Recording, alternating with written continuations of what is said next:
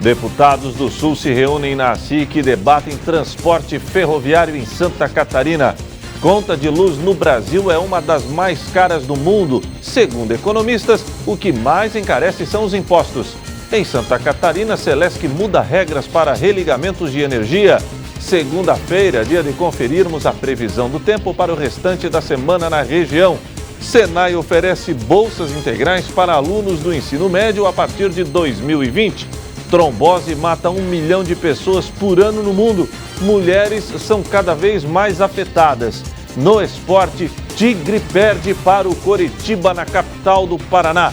E ainda o desempenho dos catarinenses nas séries A e B do Campeonato Brasileiro. As notícias de Criciúma e do sul do estado você confere a partir de agora. No ar pela TV Primavera, Informe Região.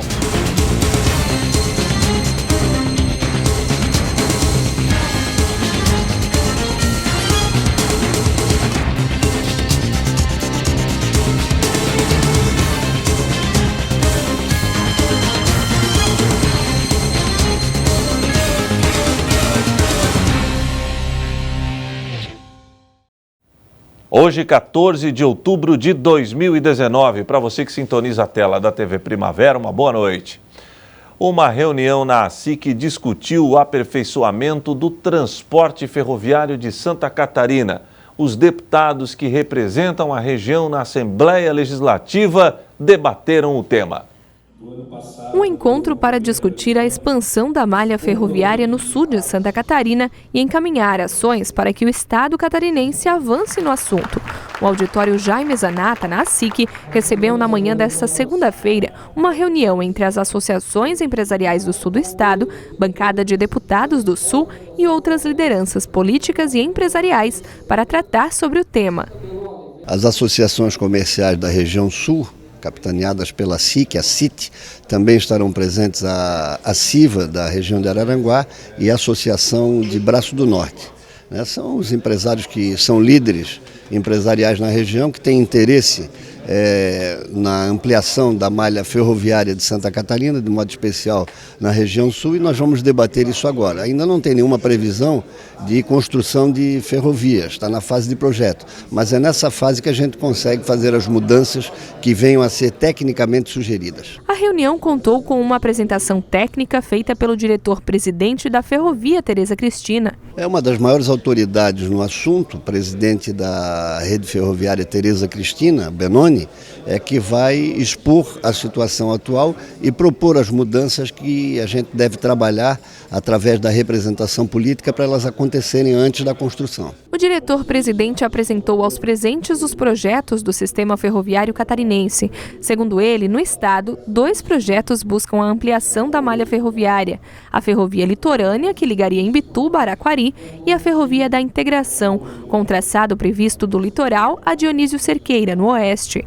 O problema é que os projetos começaram a ser elaborados há muitos anos.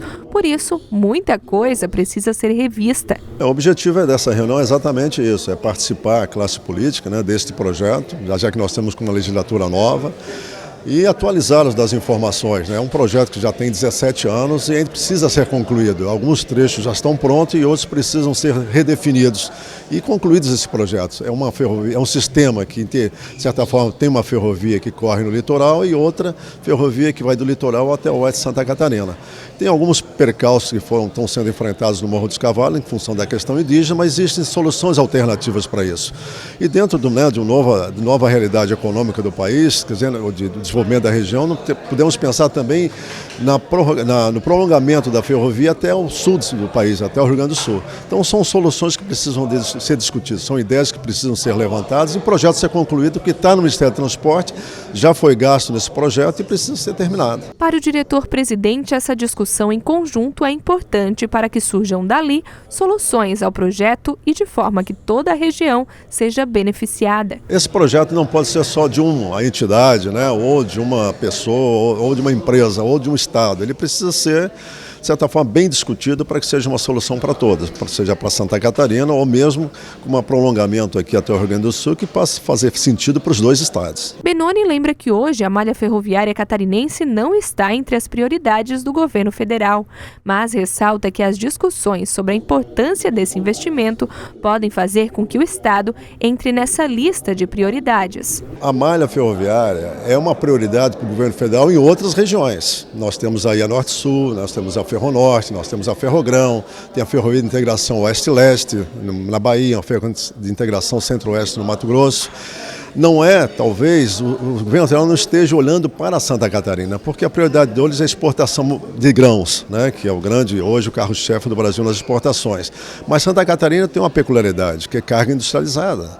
E isso precisa ter uma forma de você transportar isso e diminuir custo para Santa Catarina. Então nós temos que discutir logística em Santa Catarina.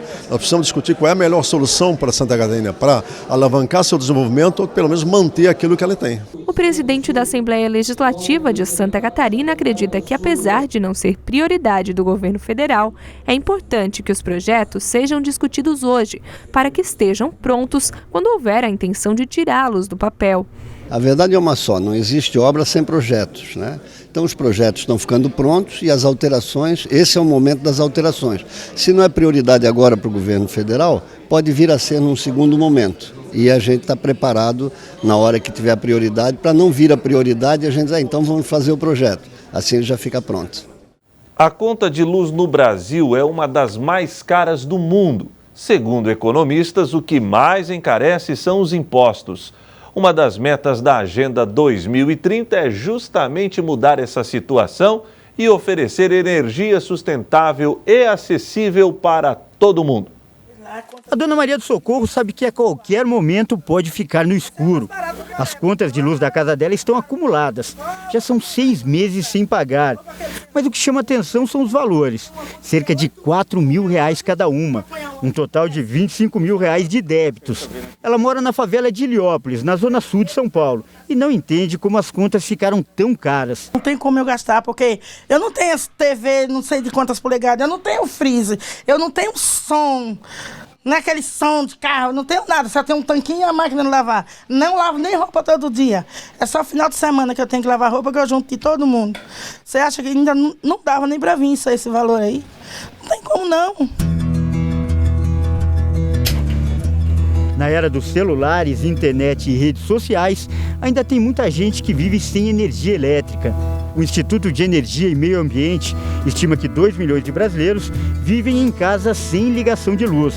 A maior parte desses lares sem luz fica na zona rural ou em comunidades afastadas. Mas o problema também pode ser visto nas grandes cidades. Eu só aguardo. No dia que eles vierem cortar a cota, eu vou lá no posto, compro um candeeiro lá no norte, nós vivemos assim. Ninguém viveu de luz lá não. Compro o querosene, faço o candeeiro, sei fazer. E acendo, põe nas casas e acendo tudinho. Já fica todo mundo no claro, né? O claridade que quer. Tem vela, não tem? Deixa eles cortar.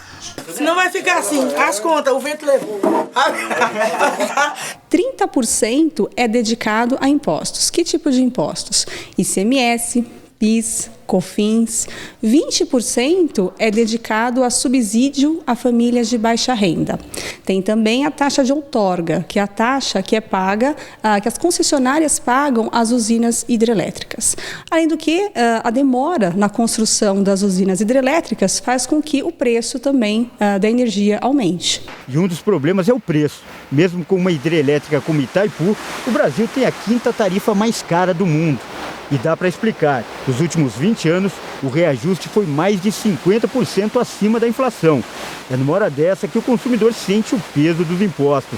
E esse alto preço que é cobrado tem reflexos ruins. Um deles é o aumento dos furtos, os chamados gatos. A estimativa é que todos os dias, 5% da produção nacional sejam furtados. São 15 milhões de megawatts-hora. Para a gente ter uma ideia do que significa isso, é o suficiente para iluminar todo o estado de Santa Catarina.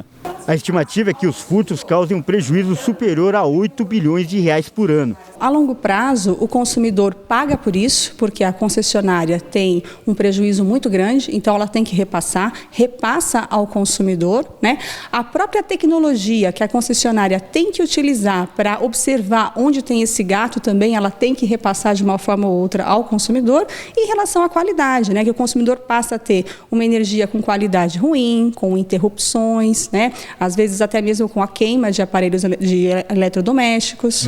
O acesso à energia é um dos objetivos estabelecidos na agenda da ONU para 2030. Uma das metas é que todas as pessoas possam contar com o fornecimento de energia de qualidade e preço justo.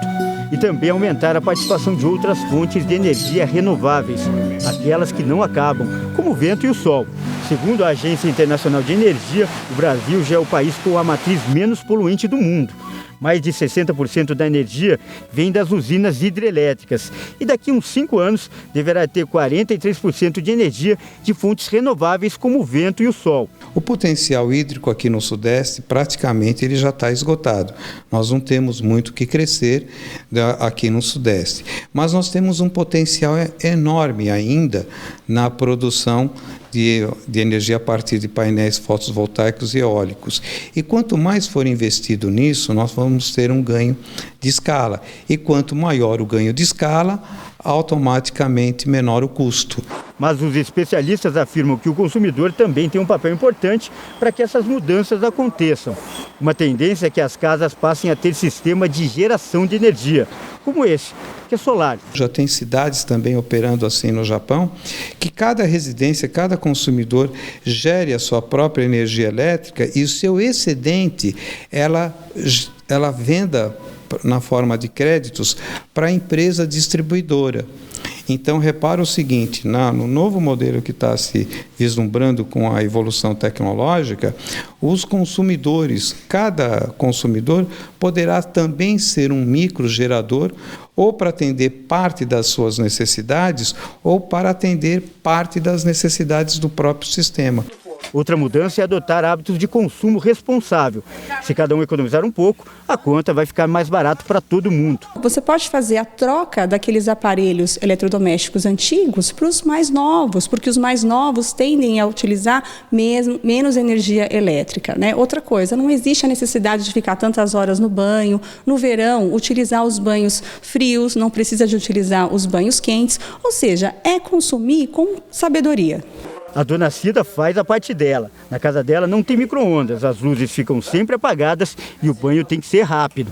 Mesmo assim, tem muita dificuldade para manter as contas em dia. A conta vem alta. Eu gostaria de saber o porquê, tanto imposto, né, nessas faturas das contas de luz e que nos deixa assim triste. Tem hora que você quer se alimentar com algum alimento melhor, uma banana, alguma coisa assim, uma salada, você não pode comprar porque você precisa pagar a sua conta, ou então você vai comprar e vai atrasar, entendeu? É situação bem difícil. Mas ela não perde a esperança no futuro. Até 2030, ainda acredita que haverá uma luz no fim do túnel e que essa luz não vai custar tão caro. Já em Santa Catarina, a Celesc resolveu mudar as regras dos religamentos emergenciais. Acompanhe. A partir do dia 25 deste mês, será extinto o serviço de religação de urgência de luz prestado pela Celesc. A empresa passará a cumprir apenas as regras estabelecidas pela Agência Nacional de Energia Elétrica, a ANEEL, que determina o prazo de até 24 horas para a religação em área urbana e de até 48 horas para a área rural. A religação será realizada após o pagamento da fatura e da solicitação de religamento, e a taxa pelo serviço será cobrada na fatura seguinte. Para evitar o corte de energia elétrica, o consumidor deve estar atento ao prazo de vencimento da fatura e aos avisos emitidos na própria fatura sobre atrasos no pagamento. A segunda via do boleto pode ser obtida de 3 formas: pelo aplicativo da Celesc, pelo site www.celesc.com.br e também por SMS para o número 48196, com a mensagem Segunda Via, mais o número da unidade consumidora ou o nome do titular da fatura. A seguir, Senai oferece bolsas integrais para alunos do ensino médio a partir de 2020.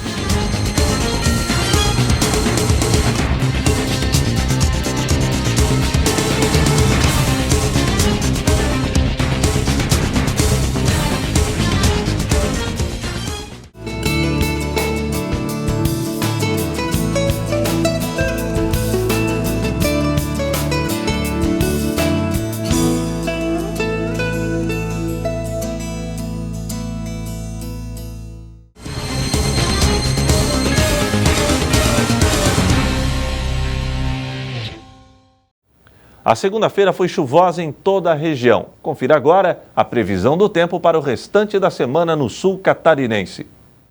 Amanhã o tempo continuará fechado em todo o sul catarinense. A chuva se fará presente em todos os períodos.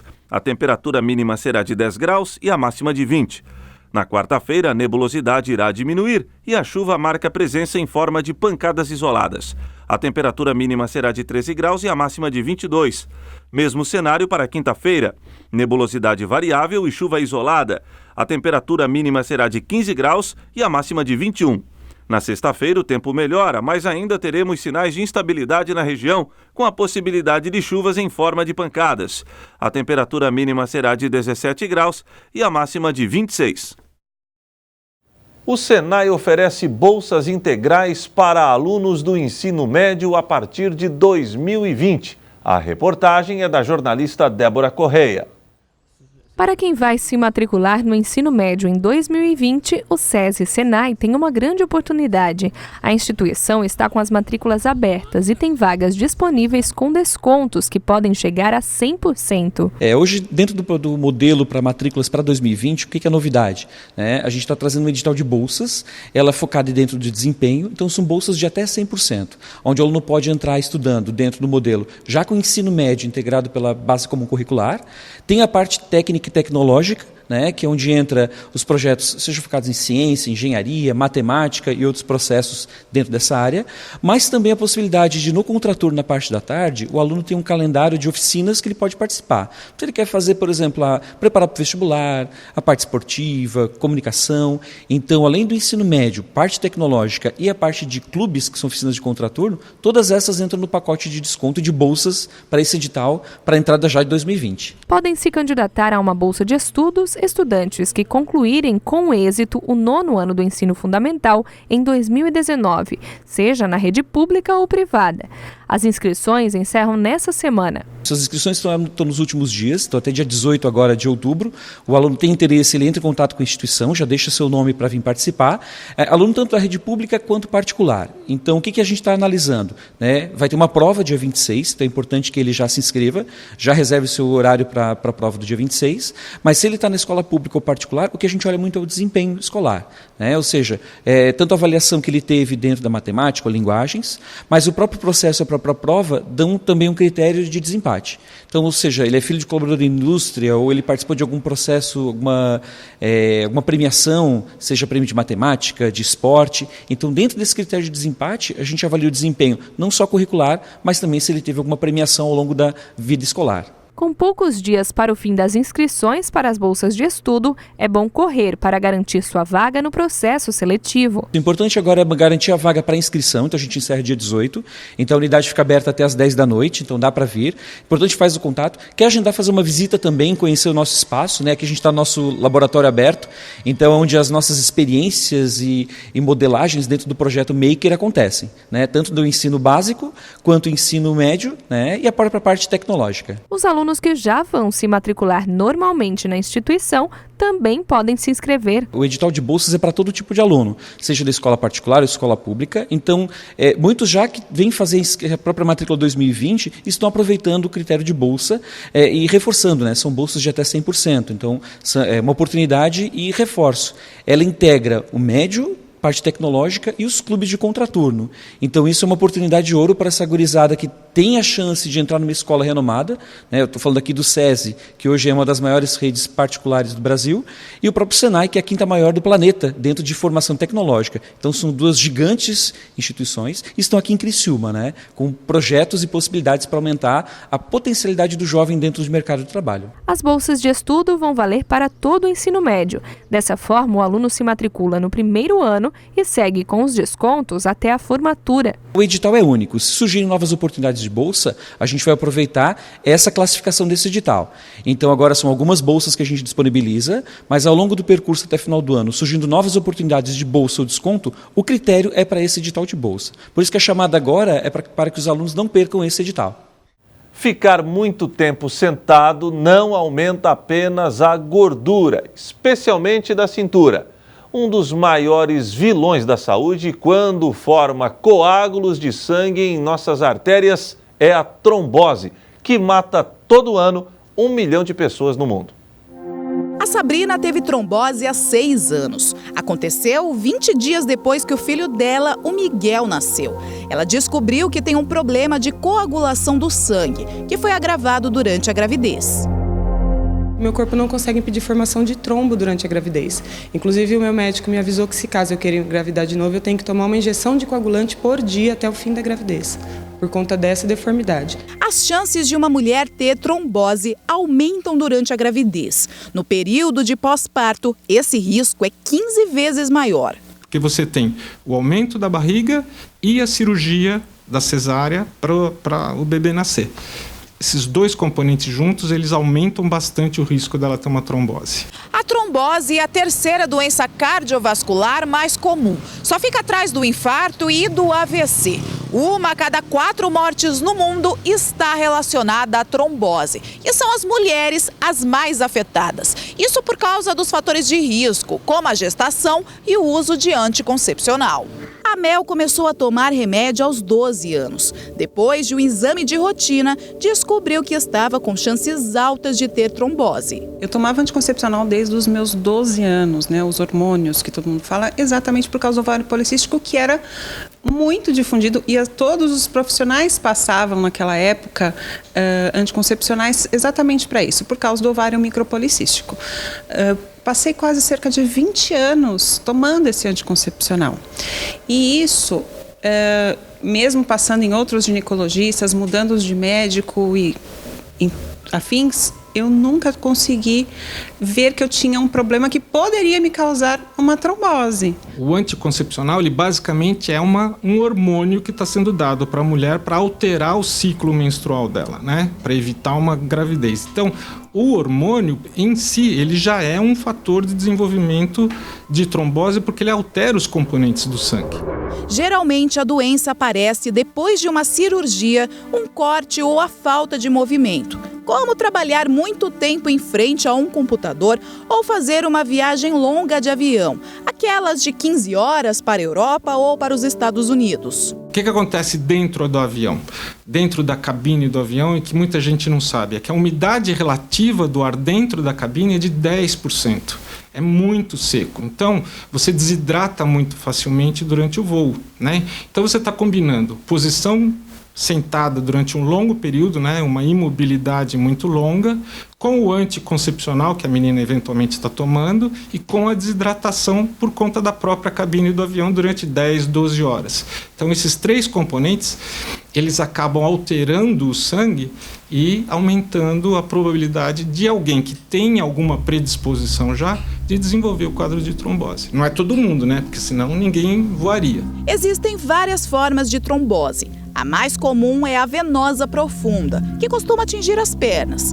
Os sintomas geralmente são silenciosos, mas dor, vermelhidão e inchaço podem aparecer e são sinais de alerta. A gente imagina que quase 70% dos casos de trombose não são diagnosticados ou porque a pessoa simplesmente não procura o pronto-socorro, porque acha que é uma dor muscular e trata e acaba melhorando, ou porque vai no pronto-socorro e é encarado como um outro tipo de doença. Pequenos cuidados podem prevenir a trombose. Praticar exercícios físicos, evitar o consumo de álcool e cigarro, não ficar um período longo sentado e beber bastante água. Uma pessoa que já teve trombose tem um grande risco de ter novamente. É importante redobrar os cuidados para evitar o problema. A minha vida é vida normal, como qualquer outra pessoa. Só quando eu viajo de avião por conta da despressurização da cabine, sou obrigada a pôr a meia compressiva e tomar a injeção de anticoagulante antes de viajar. A seguir, Tigre sofre novo revés. Desta vez, Carvoeiro perdeu para o Coritiba na capital paranaense.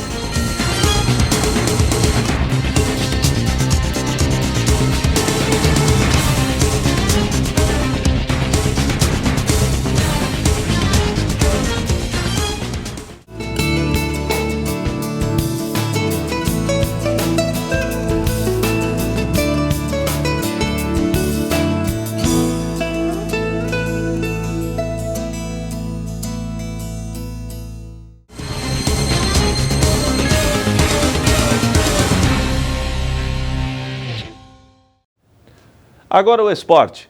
O Criciúma conheceu mais uma derrota na Série B.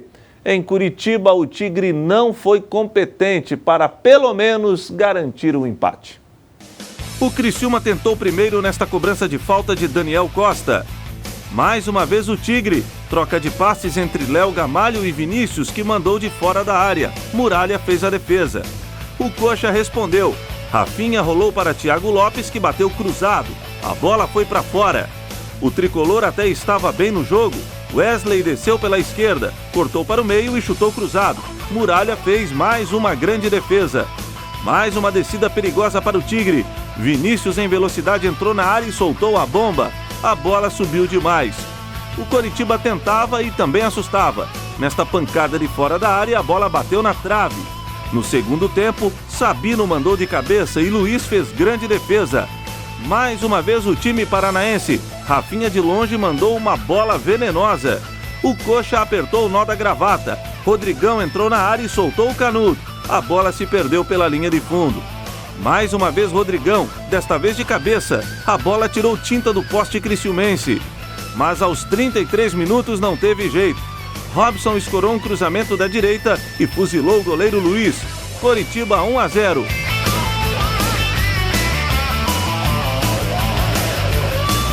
O Carvoeiro tentou reagir. Sandro de cabeça deu o último suspiro dos comandados de Roberto Cavalo, mas o lance não deu em nada. Final, Coritiba 1, Criciúma 0.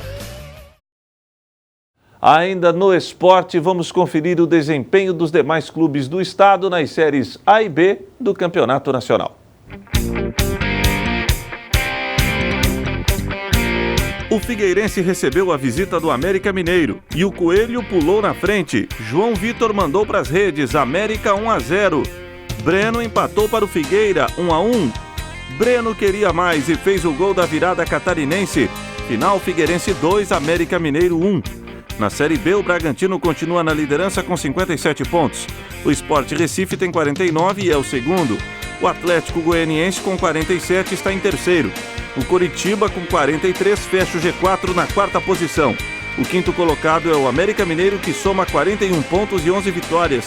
O Paraná é o sexto com 41 pontos e 10 vitórias. O Botafogo de Ribeirão Preto tem 40 pontos e é o sétimo. O CRB é o oitavo e tem 39 pontos, 11 vitórias e saldo positivo de 2 gols. Na nona posição aparece o Operário do Paraná com 39 pontos, 11 vitórias e saldo negativo de 7 gols. A Ponte Preta aparece na 10ª posição com 39 pontos e 10 vitórias. Os catarinenses continuam tendo pesadelos com a zona do rebaixamento. O Criciúma é o 18º com 28 pontos. O Figueirense é o 20º com 27. Os catarinenses entram em campo pela 29ª rodada amanhã. O Figueira vai ao interior do Paraná encarar o Londrina. O Tigre recebe no Heriberto Wilson o Vitória. Ambos os jogos começam às 7h15 da noite. Agora vamos de Série A. No Nordeste, o Avaí perdeu mais uma, desta vez para o Ceará. Bergson fez o gol do vovô. Final, Ceará 1, Figueirense 0. Em Chapecó, a Chapecoense encarou o Cruzeiro. Dedé fez o gol da Raposa. Cruzeiro 1-0. Camilo empatou para a Chape no finalzinho e ficou assim: Chapecoense 1, Cruzeiro também 1.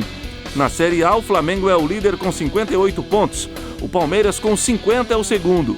O Santos soma 48 pontos e aparece na terceira posição. O Corinthians vem na quarta colocação com 43 pontos, 11 vitórias e saldo positivo de 11 gols. O São Paulo é o quinto, com 43 pontos, 11 vitórias e saldo positivo de 10 gols. O Grêmio é o sexto com 41.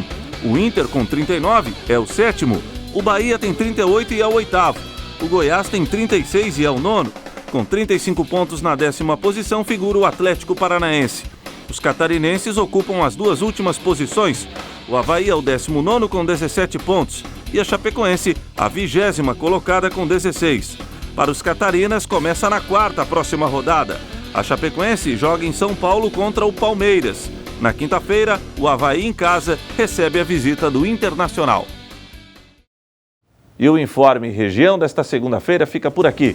Voltarei amanhã, se Deus assim permitir. Boa noite.